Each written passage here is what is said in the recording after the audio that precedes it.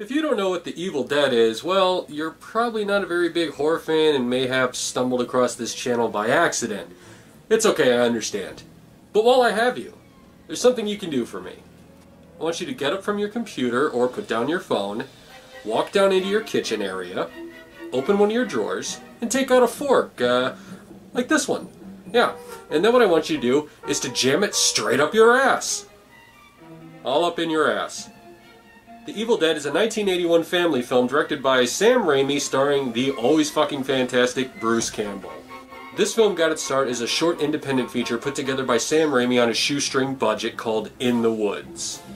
And not only did this little indie film lay the groundwork for what would eventually be the plot of this feature film remake, but also introduced audiences to Sam Raimi's distinct directing style that would later lead him to having a great career. And it also introduced us to one of the greatest B actors of all time. The movie starts by introducing us to a group of college students traveling out to a remote cabin for spring break. The group consists of Ash and his girlfriend Linda, their friend Scotty and his girl Shelly, and Ash's sister Cheryl. After a couple of close calls on the way, our friends arrive at their, scenic destination? Huh, kinda looks like my house. Yeah, I should really paint or something. That evening, things seem to be going along pleasantly when all of a sudden Cheryl's attempts at clock drawing go violently awry. Also, there's a draft. So naturally, the gang decides to investigate, and Scotty is taking a little too long, so Ash decides to follow him down. Looks like your Pepto-Bismol line's leaking. The two stumble upon a shrine to Michael Berryman and discover a crudely bound book that contains demonic images and the coolest letter opener you've ever seen. Now, the obvious course of action when discovering a bunch of shady-looking artifacts in the basement of an isolated cabin is to take them upstairs, get high, and mess around with them. I mean, come on, that's what I would do. So after listening to a recording of one of the passages, Cheryl flips out and the trees tell them to keep it the fuck down. More on the trees in a little bit. And now we jump over to Ash, who's being all slick with Linda, giving her a necklace he bought for her. This is a nice little scene, and as the music swells and they get closer, it seems almost as if no bad stuff could possibly happen. Bad stuff happens. While getting ready for bed, Cheryl hears a strange voice and goes outside to investigate, because of course she fucking does. And we are treated to the most memorable and fucked up sequence in the film. Instead of sitting here and picking apart this scene or trying to describe my exact feelings on this sequence, I'm just going to show you a faithful recreation of what happened the first time I saw it. Here you go.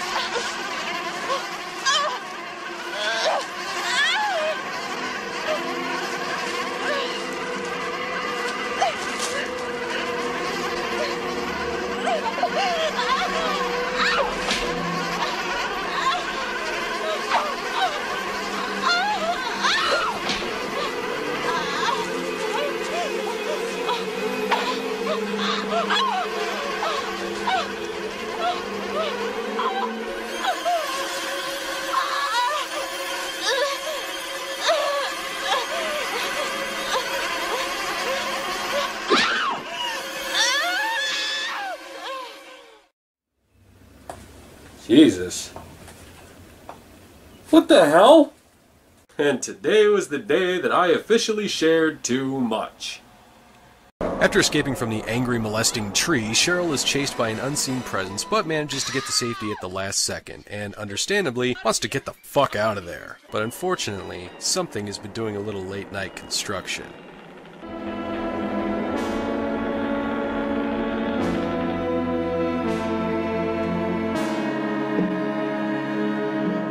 Back at the cabin, Ash listens to the rest of the recording while the girls are sitting nearby playing a game of cards in which they try to guess what card the other person draws. And Cheryl is a little too fucking good at this game. Queen of spades. 4 of hearts. 8 of spades. 2 of spades. Jack of diamonds. Jack of clubs. After a brief struggle and Linda getting a pencil shoved in her fucking ankle, Scotty manages to lock the now possessed Cheryl in the cellar. However, it's not long before Shelly gets possessed, Ash gets knocked into another fucking shelf, and we get to see some of the red stuff.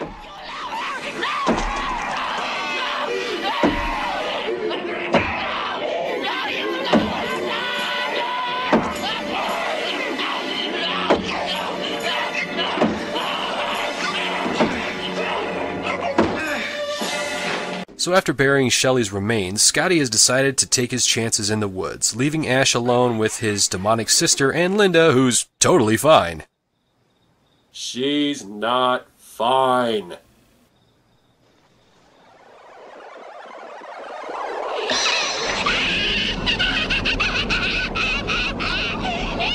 Recoiling from Linda's sudden transformation, Ash bumps into Scotty, who, from the looks of things, barely made it out of the woods alive. Having finally had enough of the demon's shit, Ash drags Linda out of the house, but returns to find that Scotty has died and he is suddenly attacked and accidentally drops his girlfriend on the dagger.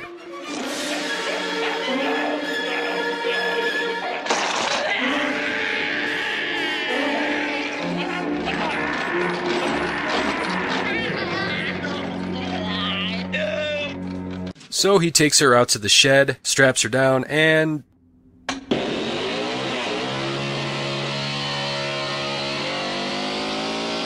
totally pusses out and decides to just bury her.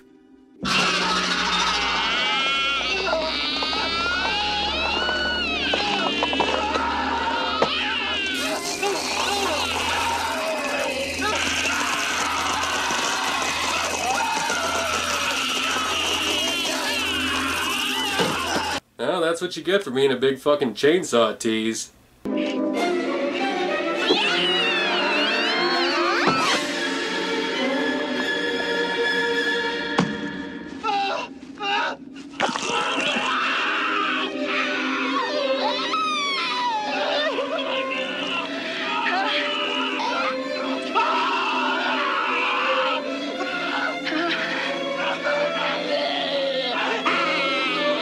That almost makes up for it.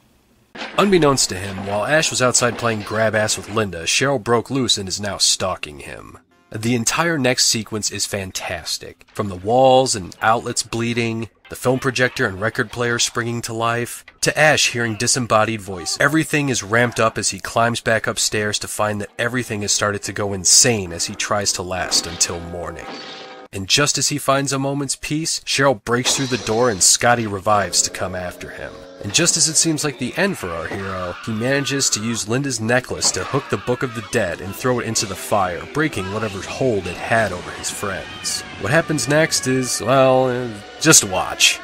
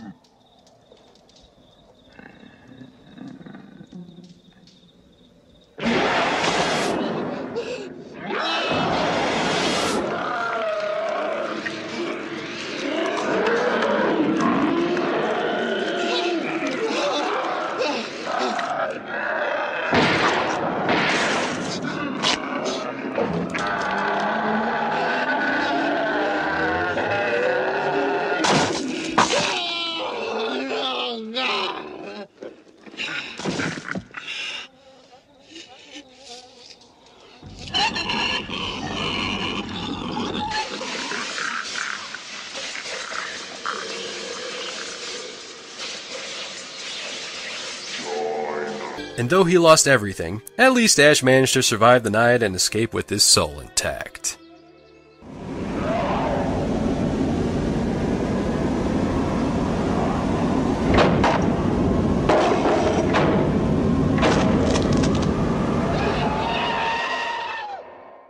I love this fucking movie, and I know some people have come out recently and said that the effects look dated, or that they're not a big fan, or that they even think it's the weakest in the series, but honestly, I don't think that at all. When it comes to Evil Dead 2 and Army of Darkness, even Ash vs. the Evil Dead now, those are more comedy horrors. There's a lot more slapstick, there's a lot more light humor. Evil Dead is just a straight up fucking horror movie.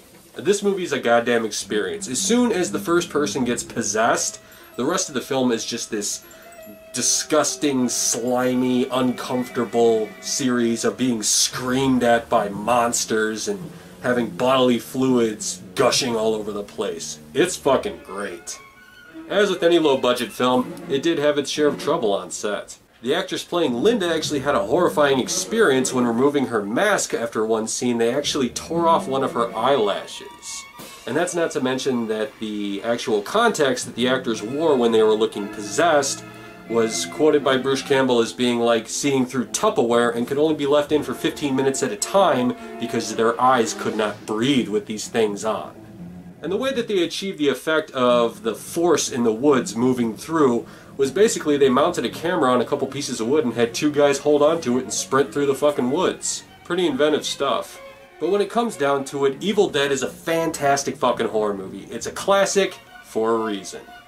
I love this fucking movie. I think it's great. And considering all of the fucking shit they had to go through to get this made, it's a miracle it came out as good as it did.